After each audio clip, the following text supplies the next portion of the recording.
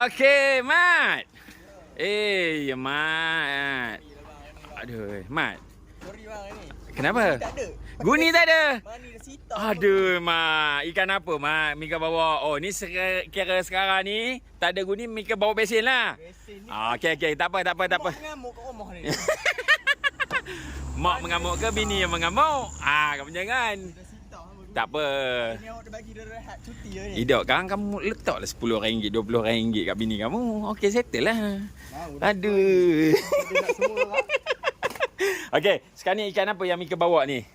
Macam-macam juga ni. Banyak juga ni. Ni semua ikan baru ke ataupun ada ikan lama? Ada ikan frozen 2-3 ekor. Okey, beres. Okey, sekarang ni Mika angkat seekor-seekor.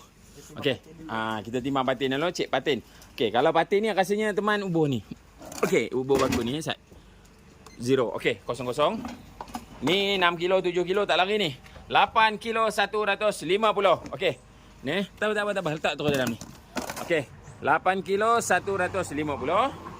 Alright, tenggalan 1 kilo 50 gram. Alright. Lepas tu tenggalan 800 gram. Okey. Lawang, cek lawang. Ni semalam punya lah ni. 950 gram lawang. Okey, tenggalan gorgon. Okey, 1 kilo 400. Mantap. Tenggalan gorgon Okey, cek lawang. Tubuh lah sekali tak apa. Okey, cek lawang 1 kilo 2 ekor. 1 kilo 2 ekor. Okey, lepas tu okey, ubuh dulu tak apa. Okey, yang ini 700 gram. Okey, yang ini 750 gram. Okey, yang ini 600 gram tenggalan. Yang ini 550 gram. Aduh, demam. Aduh, ya Allah, ya Tuhanku. Tenggalan comel-comel, okey, 550 gram. Okey, yang ini 600 gram, okey. Okey, yang ini 550 gram.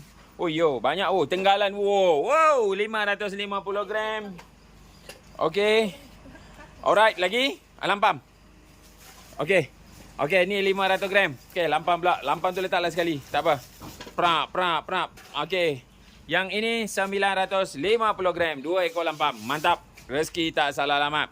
Ada apa-apa yang perlu dikatakan ke Muzaffar? Apa awak bawa letup jangan negari sangat. Dia kata apa kena gari malam tadi. Okey. Dia bawa anak turun. Oh, ini baru dia turun. Ligat dia bawa. Aduh, okey.